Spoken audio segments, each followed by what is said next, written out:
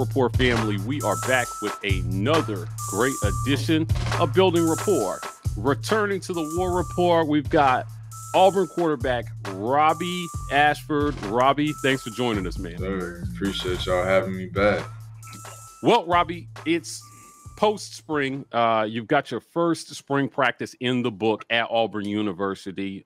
Update us. How did this spring go for you? How was the transition from Oregon to here? And, how are you feeling after your first spring at Auburn?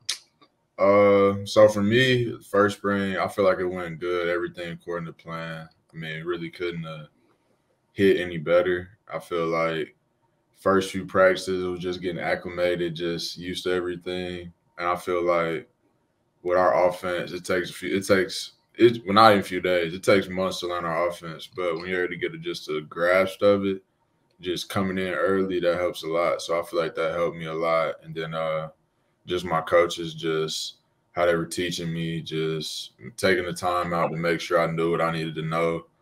But other than that, I mean, I can't complain how the spring went. Just from the start to the beginning, just to kind of see the steps I made, like a progress through our offense, and just I feel like how I got better every day. Like I just didn't waste a day. I came in every day just like, okay, new opportunity to get better. Like, let's go, let's work. So I feel like that was really big, but it was fun. It was just new system, just transitioning to something new, like you said. And I mean, I can't complain for how everything went, and just I'm excited. I'm just ready to get summer rolling, get in the fall camp, just keep going. So, Robby, this is your first spring at Auburn, but not your first spring game, right? So you've played at a spring game at Oregon. Can you talk a little bit about, because I hear a lot of people or see a lot of people, I should say, in comment sections talking about how insignificant the spring game is. But can you talk about, for you, why the spring game is important, and for other players, like why is that environment important, and how did you enjoy your first A-Day here at Auburn? Yeah, so for me, I look at a spring game, I treat it like another game. It's got the word game next to it. It means it's a game. We don't look at that like, oh, it's just another practice. I'm the type, when I get the chance to compete, I'm gonna play like it's the national championship, like it's a Super Bowl every time. So I'm not a guy who's ever gonna take a spring game for granted or take it for less than what it's worth, because it's always an opportunity to get better. Who wouldn't love an opportunity to get better in a game-like environment, game-like situation, not practice? Guys are live. I'm not, obviously, because I'm a quarterback, but guys are live. Like, I feel like how we came to the spring, nobody was taking anything for granted, and everybody was just hungry. So everybody came out every day just ready to work, and it showed just from day one to practice 15. Just the amount of work and just everything all the guys put in. It was great to just see all that just come together on A-Day. But for me, A-Day is important as another game. I mean, I can't never think of it as something less, because I'm in a competition every time. So that's another chance to go out there and compete, have fun competing. So I feel like that was just really big, and I feel like that's really important to me. But I know a lot of people who do take A-Days lightly, but I will say out here we don't do that. So that's what I really like. Robby, the spring is a great opportunity for players to get better and work on things and take coaching.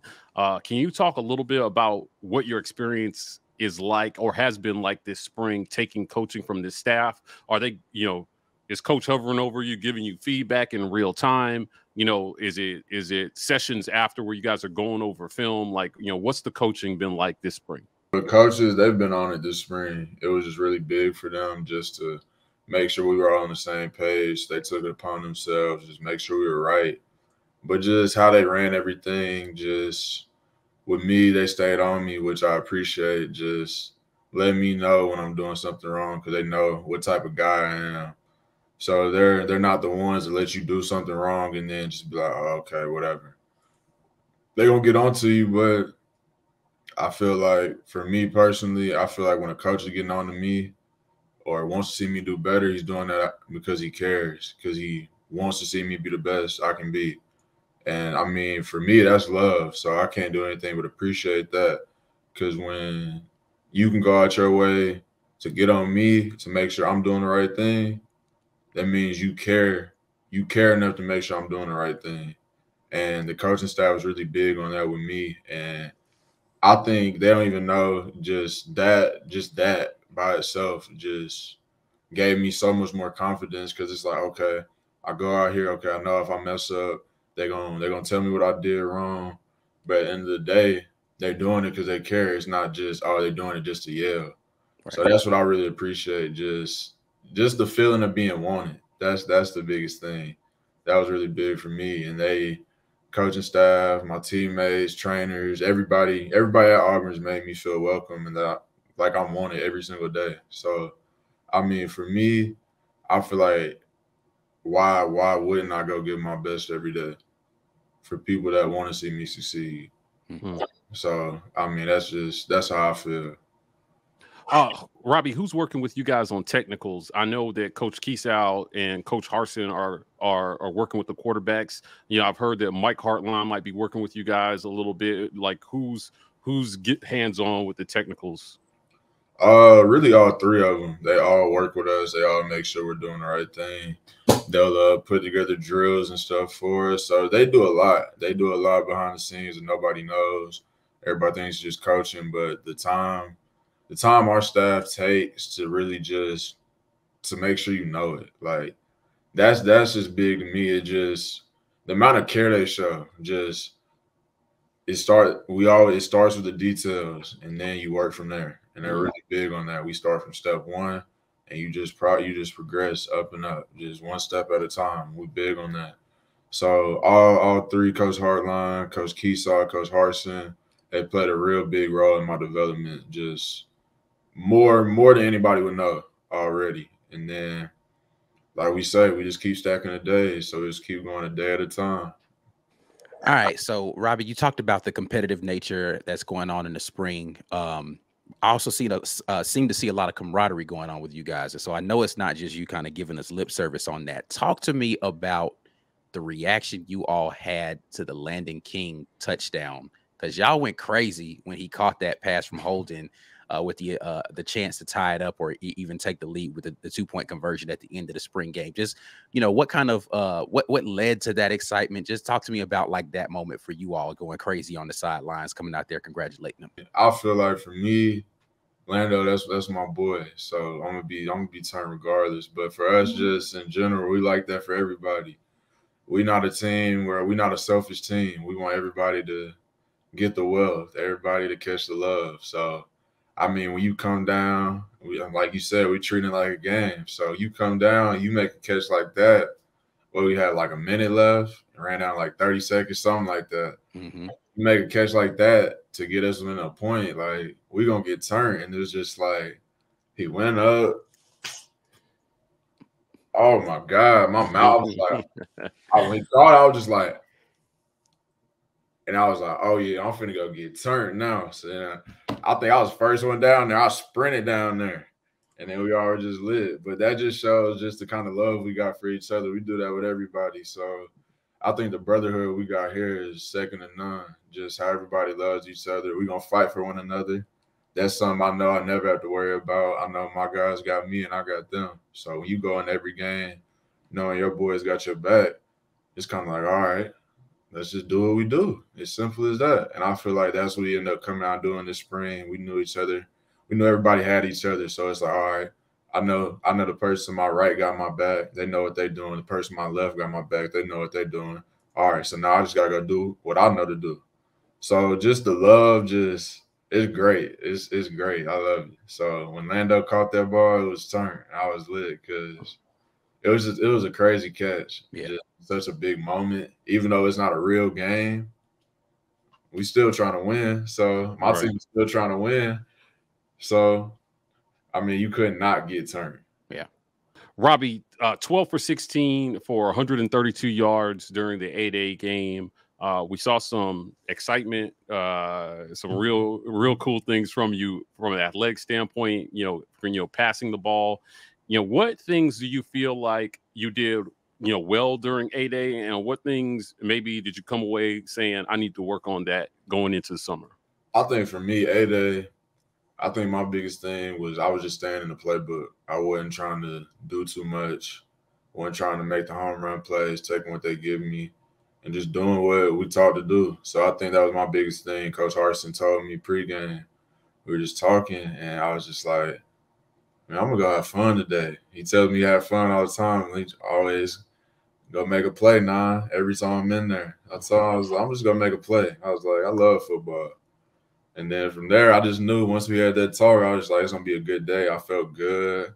Just new environment, just like a new life almost. So I feel like just staying within the playbook, just staying within myself, just not pressing. I think that's what I really did good.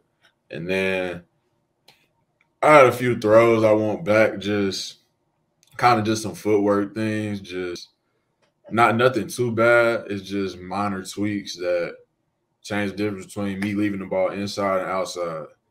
Just certain things like that anybody want to have back. But for the most part, I mean, I can't complain about the day just to be able to go out there and just play. I mean, it's another day to play. You can't never complain about that. So I feel like when I got into Jordan there, it just kind of hit me. I was like, we practiced in there and stuff. But I think when we saw the fans and stuff, it just kind of hit me. I'm like, man, like I'm back in Auburn. Like I'm finna play like in Jordan hair. Like, so I think that just hit me a lot. And I think that was cool. So I think it was kind of just like, yeah, let's go out here and play now. And nothing else to it. Just have fun. And I feel like when I do that, that's just when I'm playing my best ball. And if I can just have fun, life is good.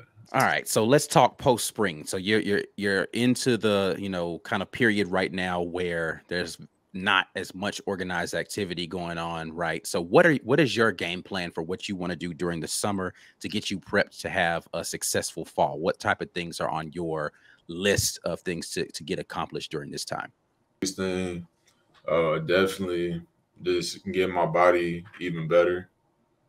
Just kind of getting my weight up even more, losing body fat, which I'm pretty low right now, but still just getting to that point to where just my body feels great. So I feel like summer's always big for that, just changing your body, changing your eating habits, all that. Because, I mean, you got to change it during the summer. You coming out here, Alabama heat, and humidity, just all that. You got to – if you're not getting right, then you not working. Because they're going to put it to you out here. So we know it's a grind.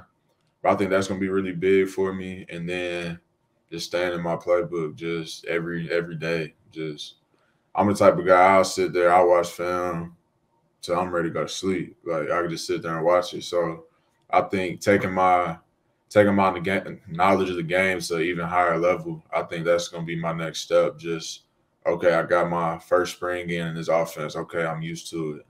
I'm acclimated to the base stuff. So it's kind of like, all right, we got the base stuff down.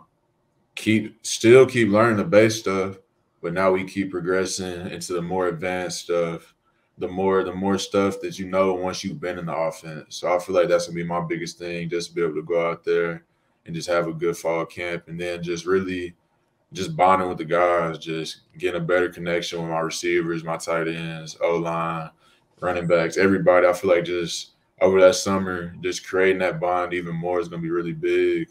That's going to be able to help us transition into fall camp, then go into the season and have a great season. So I feel like those are my biggest things I'm working on in the summer that are my biggest goals. I'll probably say I'm going to read me a few books too. I got a few books I'm gonna read, so I'm gonna knock that out too.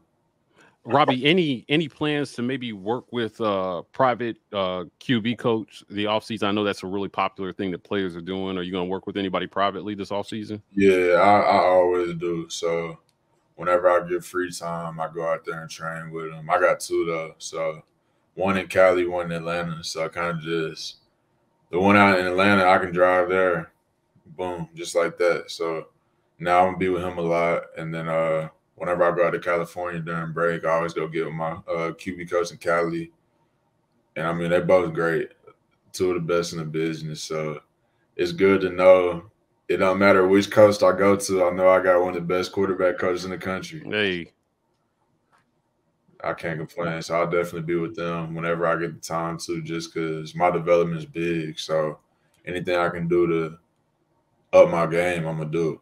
So yeah. So talk to me a little bit about some of the other guys. We were talking a little bit before we got on camera about the development specifically of the young quarterback Holden Garner.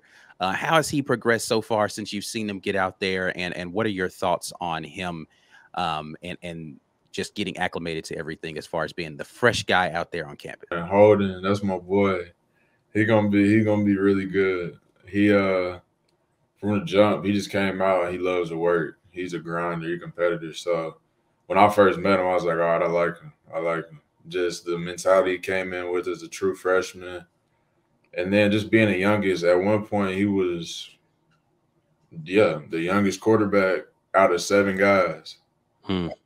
So it's he kind of took that role, and then he's just soaking everything in. I mean, my boy, smart. Football IQ is there, so he's really smart. And it was just funny to see, just kind of new school, but to see like the true freshman, because some of the stuff he was doing, I told him, I was like, bro, this is stuff I was doing my true freshman year. Like, it was like, you just gotta get used to it, bro. I was like, don't sweat it. But I think it was just funny to see. Is like, dang, like the stuff you do is you personally do as a true freshman. It's like, dang, I'm seeing somebody else do it, so I know it's not. I know I'm not tripping. It's just not me doing it. Like, that's just how it gets in the game. But he's done a really good job of learning, just staying within the system and just making the plays. I mean, he's got the arm. He can pull it when he needs to. But he's just smart. That's what I really like about him, and just a cool guy overall. So I'm really excited to see the future for Holden. So, I mean, Auburn fans, y'all get ready, because Holden Garner is going to be something special for sure. Robby, I put together a hype video, and I noticed in some of the training videos, you turn the burners on in some of these sprint drills. So I got to ask you, who's the fastest guy on this team right now in the spring? Ooh. And you trying to get people mad at me. Who's the fastest guy? We got to know who is. We had a guy named Anthony Schwartz a couple years ago that was track burner fast. Like, who's the burner on this squad? Burner. That's actually hard, because we got a few dudes that's like all neck and neck. Like, top 3. Give me top 3. Top 3. I'm gonna have to go. I'm gonna have to go Shed. Shed, Tavares Dawson. Okay. And I might have to. I think I'm gonna go Nehemiah Pritchett after that. Pritchett. Okay. Yeah, mighty be sliding. Are they all sub 4.5? Oh yeah. I personally think we probably got at least 30, 40 guys under sub 4.5. We got. Oh, I'm being for real. We got dudes that sliding. I'm surprised Malcolm wasn't on that top 3 list. I thought Malcolm was a burner. That's the thing. We got so many. You said top 3. I'm like, dang. I'm trying to remember when we was running. I'm like, because our little competition be intense. So okay. All right, hold on. Let's stay in that pocket then. I'm gonna put you on the spot for real this time. You can refuse to answer. Who got the bigger arm? The quarterbacks in the room. Who's got the biggest arm? Who could throw? Who could sling it the farthest? Yeah, Big Ben. Game on the line. You gotta throw the ball in the end zone. I mean, where were we at on the field? How far of a throw? 55 yards away from the end zone. I mean, everybody in our room can make that. Okay. All right. Everybody in our room can make that. Biggest arm, I don't know though. I mean, I feel like I got a good arm. Holden got a good arm. All our QBs got a good arm. I mean, I've seen everybody make the throws, so it's kind of like, I don't know. I might have thrown one of the furthest balls in the spring though. I think I might be up there. Okay. All right. So yeah. But I mean, it's definitely close between all of us. So you can't. It's not just one person that's just, oh, he throw the ball further. just out the it's all close. So Zach's been out there throwing like that because I know he's got a big arm. Like he's got a cannon. Ooh, that ball come off of Zach's hand. Zach got an arm though. Zach got an arm. Everybody got an arm though. I love it. So Robbie, I gotta ask you, we in breaking down your A-Day film, you had a number of nice throws. But I want to talk about the throw to Capers over the middle that you completed. He reached back and kind of, he made the catch. The ball looked like it was just a tiny bit behind him. You made the same throw later in A-Day, right on the money.